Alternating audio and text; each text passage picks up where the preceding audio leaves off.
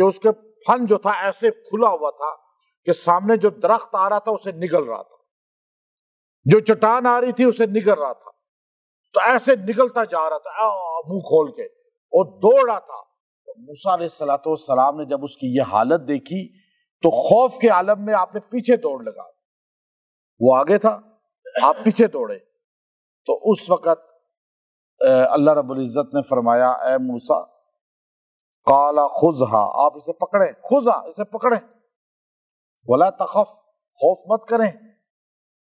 تو اب اللہ نے کہا تو ڈر تو تھا ہی تھا، تو آپ نے وہ ایک کمبل رکھا ہوا تھا صوف کا، اس کمبل کو یوں ہاتھ میں لپیٹا، ایسے لپیٹ کے تو یوں کیا آہستہ آہستہ اس کے منہ کی طرف۔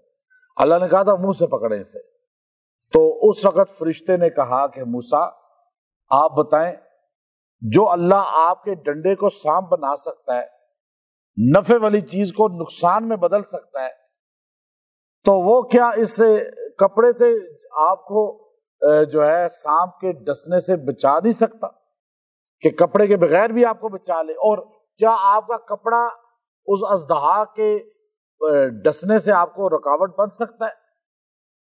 آپ یہ کپڑے کو بیچ میں یقین نہ رکھیں کہ یہ بچاؤ کا ذریعہ بنے گا۔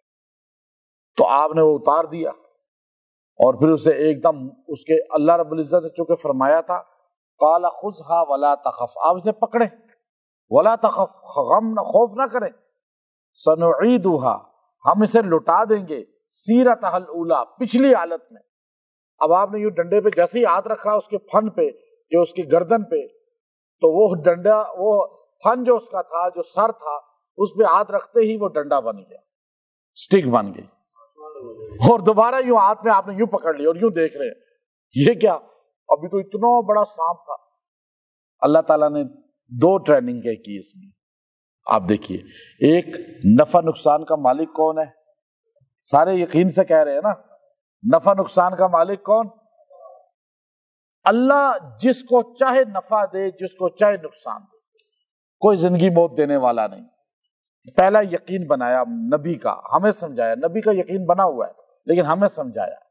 دوسری بات اللہ تعالیٰ نے بتا دیا کہ تم جہاں سے خیر سمجھتے ہو میں شر نکال سکتا ہوں، اور تم جہاں شر سمجھتے ہو میں خیر نکال سکتا ہوں۔ تو یہ سارا کام کون کر سکتا ہے؟ بندوں کا کام نہیں ہے۔ ایک بات یہ ہو گئی۔ دوسری بات یہ ہوئی کہ اللہ نے بتایا دیکھو موسیٰ وہ جو آئیں گے نا جادوگر بعد میں، وہ جادو کے کرتب دکھائیں گے اور جادو کے ذریعے یا جنات کے تعاون سے وہ اپنی رسیاں پھینک کے اس کو سانپ بنائیں گے، وہ جادو ہوگا اور جنات کا معاونت ہوگی، اور تمہارے پاس جو معجزہ ہوگا وہ اللہ کی طاقت ہوگی۔ جنات کا مقابلہ آپ کا معجزہ کرے گا۔ تو یہ آیت جنات کا مقابلہ کرتی ہے۔ جنات جتنے طاقتور کیوں نہ ہوں، آپ پہ جادوگر مسلط کر دیں، جادوگر آپ کے پاس آ جائے، لازم بات ہے آپ جنات اور جادو سے ڈریں گے نا۔ موسیٰ پیغمبر بھی اژدہا سے ڈرے۔ اب بندہ کہے جی میں ڈرتا ہی نہیں، وہ ممبر پہ کہہ سکتا ہے لیکن پریکٹیکلی ڈرے گا ضرور۔ کیا موسیٰ علیہ السلام سے بھی طاقتور ہے یہ بندہ؟ بعض علماء ایسے آپ کو ملیں گے ممبر پہ کہیں گے کوئی جادو ہم پہ کرے، کوئی ہم پہ جنات بھیجے، یہ جملہ بولیں گے، لیکن نہیں، یہ کبریائی کا جملہ ہے۔ اس لیے کہ جادو جنات اژدہا ان سے بہت پیچھے ہے۔ اژدہا سے موسیٰ پیغمبر ڈرے یا نہیں ڈرے، پیچھے دوڑے یا نہیں دوڑے؟ اور جادو انسان کو کہاں نیچے اتار دیتا ہے؟ قبر میں۔ تو اس لیے یاد رکھیے گا جنات ہمیشہ جب بھی آئیں گے وہ سانپوں کے روپ میں آئیں گے۔ شاہ ولی اللہ رحمۃ اللہ علیہ کا وہ واقعہ موجود ہے جو بہت سے محدثین نے بیان کیا ہے کہ شاہ ولی اللہ رحمۃ اللہ علیہ دیا جلا کر اس طرح حدیث کا مطالعہ کر رہے تھے۔ برے صغیر میں پہلا درس قرآن شاہ ولی اللہ نے دیا ہے، برے صغیر میں پہلا درس حدیث شاہ ولی اللہ نے دیا ہے، پوری دنیا میں سب سے پہلا ترجمہ قرآن شاہ ولی اللہ نے لکھا ہے، سب سے پہلے اردو میں ترجمہ قرآن شاہ ولی اللہ کے بیٹے عبد القادر نے لکھا ہے، سب سے پہلے فارسی میں قرآن پاک کا ترجمہ دنیا میں شاہ ولی اللہ کے بیٹے شاہ رفیع الدین نے لکھا ہے۔ تو یہ اعزاز ایسا ہے اس خاندان کا کہ آپ حدیث پڑھاتے تھے، حدیث کو جمع کر کے یہاں بر صغیر پورے میں جتنا ہے اس میں لوگوں کو حدیث اور قرآن سے جوڑا۔ تو آپ یوں حدیث پڑھ رہے تھے، دیا جل رہا تھا، سامنے ایک سانپ نظر آ گیا، آپ نے سانپ کو دیکھا، اب سانپ کو تو مارنے کا حکم ہے نا، اب یہ جنات کی شکل میں آتا ہے۔ بعض روایات میں ہے کہ آپ جب سانپ کو دیکھیں تو ایک بار کہہ دے بھائی اگر تو جن ہے تو چلا جا، اگر تو اب رکا رہا تو میں تجھے مار دوں گا، پھر وہ اس کے بعد آپ کا کوئی نقصان نہیں۔ سیدہ عائشہ رضی اللہ تعالیٰ عنہ کے گھر میں سانپ نظر آ گیا، فضائل اعمال میں مولانا زکریا رحمۃ اللہ نے لکھا آپ نے اسے مار دیا۔ خواب میں آیا ایک بندہ بولا کہ عائشہ صدیقہ آپ ام المومنین ہیں، آپ نے جن کا بچہ مار دیا۔ آپ نے کہا جن تھا تو پھر امی عائشہ کے گھر میں کیوں آیا، حضور علیہ السلام کے حرم میں کیوں داخل ہوا؟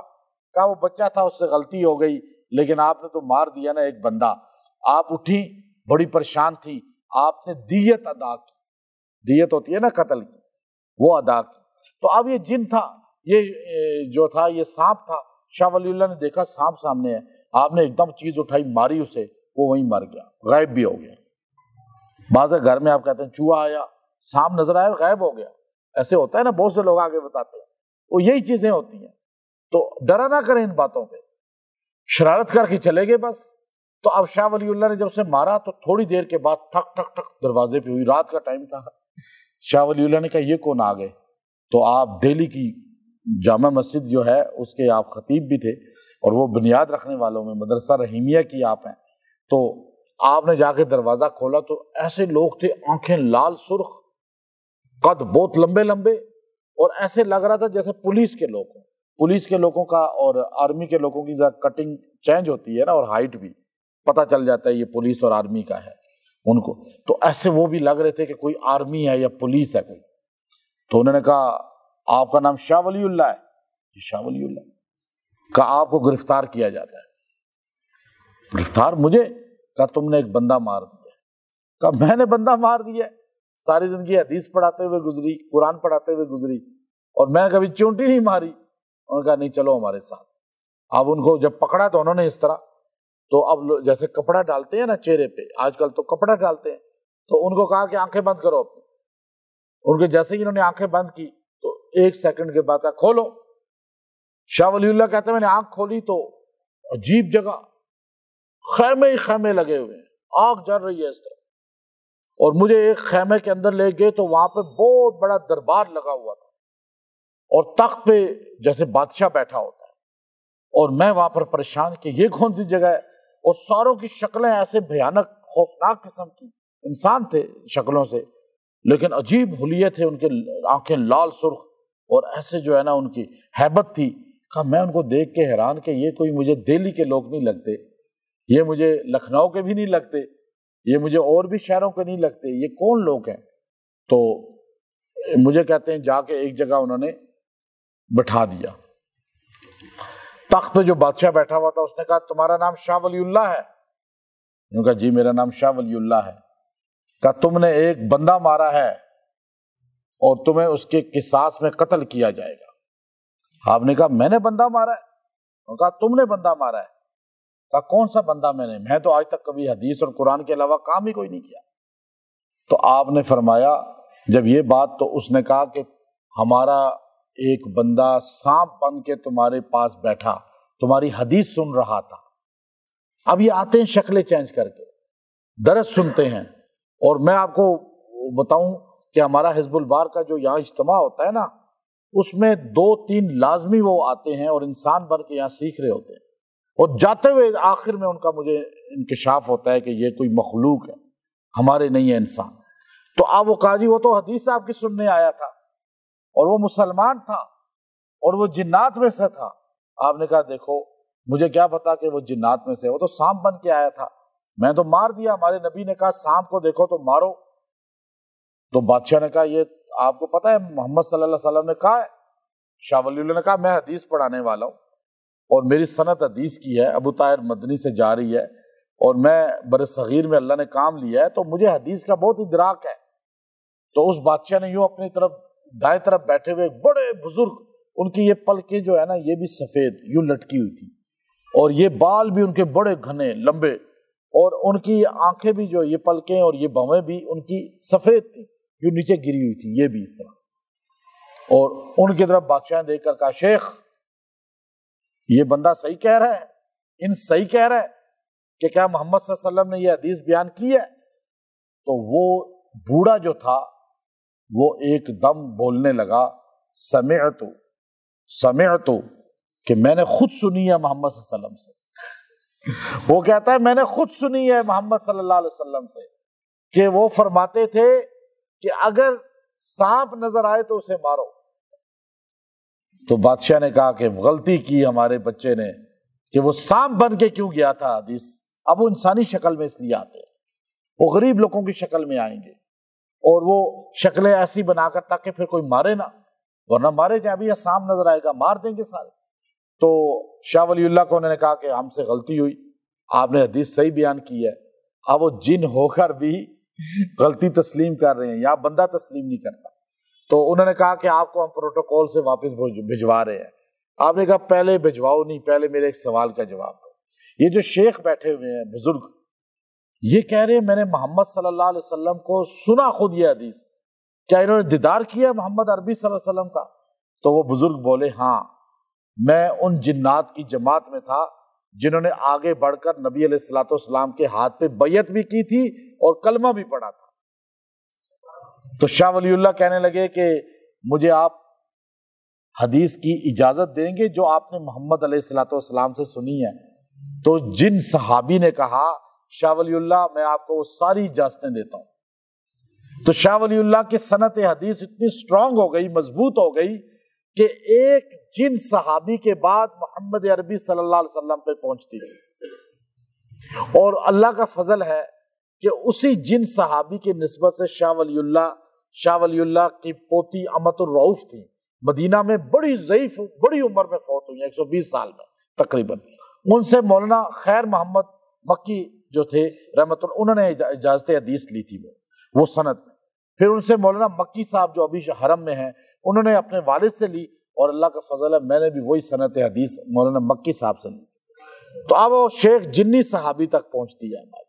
تو اب یہ شاہ ولی اللہ کو انہوں نے اٹھایا، واپس اپنے گھر لا کے چھوڑ دیا، اور آپ فرمایا کرتے تھے اللہ نے اس کی بدولت مجھے صحابی جن کی زیارت کرا دی، اور جن صحابی کی زیارت کی وجہ سے تابعی بھی بن گئے ایک رتبے کے لحاظ سے، اور حدیث کی سند بھی ہوگی۔ اب یہ جو قرآن کی آیت ہے جنات آپ پہ حملہ کریں، اب آپ کے گھر میں جو چوہے نظر آ گئے، یا آپ کے گھر میں سانپ نظر آئے، یا ایسے خوفناک چیزیں، تو آپ یہ آیت کریمہ جو ہے، یہ آیت نمبر جو ہے 21 ہے، سورۃ طٰہٰ کی آیت نمبر 21، یہ آپ 11 بار پانی پہ دم کریں اور گھر میں چھڑکاؤ کر دیں، چیزیں غائب ہو جائیں گی انشاءاللہ، شیطانی چیزیں۔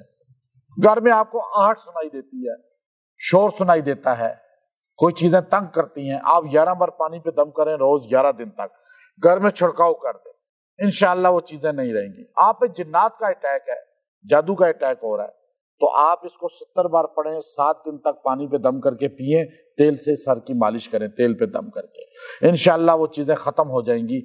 قال خذها ولا تخف سنعيدها سیرتها الاولى، اللہ کہتا ہے میں اس کو واپس لٹا دوں گا اسی حیت میں جو اصل ہے، آپ کی صحت واپس آ جائے گی، آپ دوبارہ اسی طرح صحت مند ہو جائیں گے جو جنات کے اٹیک سے پہلے تھے، آپ پہ جادو کا حملے سے پہلے جیسے تھے انشاءاللہ ویسے ہو جائیں گے، گھر جیسا تھا ویسا ہو جائے گا۔ حالات خراب ہو گئے ہیں تو آپ حالات خراب پر اس کو 70 بار 7 دن پڑھ کے دعا کریں، اللہ سیرتها الاولیٰ واپس اسی حالت میں آپ کو لے آئے گا۔ تو یہ آیت کریمہ خوف مت کریں، ڈرے نہیں، جنات سے جادو سے کسی غلط سے ڈرے نہیں، آپ واپس آنا چاہتے ہیں اپنی اصلی حالت میں اور یہ سب چیزیں ختم کرنا چاہتے ہیں تو یقین کے ساتھ اس آیت کریمہ کو اپنا سہارا بنائیں، 70 بار، زیادہ تعداد زیادہ دن آپ پڑھیں گے اور فائدہ ہوگا۔ میں کم سے کم بتاتا ہوں جس میں آپ کو فائدہ ہو جائے انشاءاللہ۔ یہ 70 کی ڈوز آپ برداشت کر سکتے ہیں ہر بندہ، باقی زیادہ کرے گا تو وہ اس کا اپنا گراف ایمانی اور مضبوط ہوگا انشاءاللہ، اس سے بہت فائدے ہوں گے، اس کے اندر بڑی تاثیرات ہیں۔ وآخر دعوانا ان الحمد للہ رب العالمین۔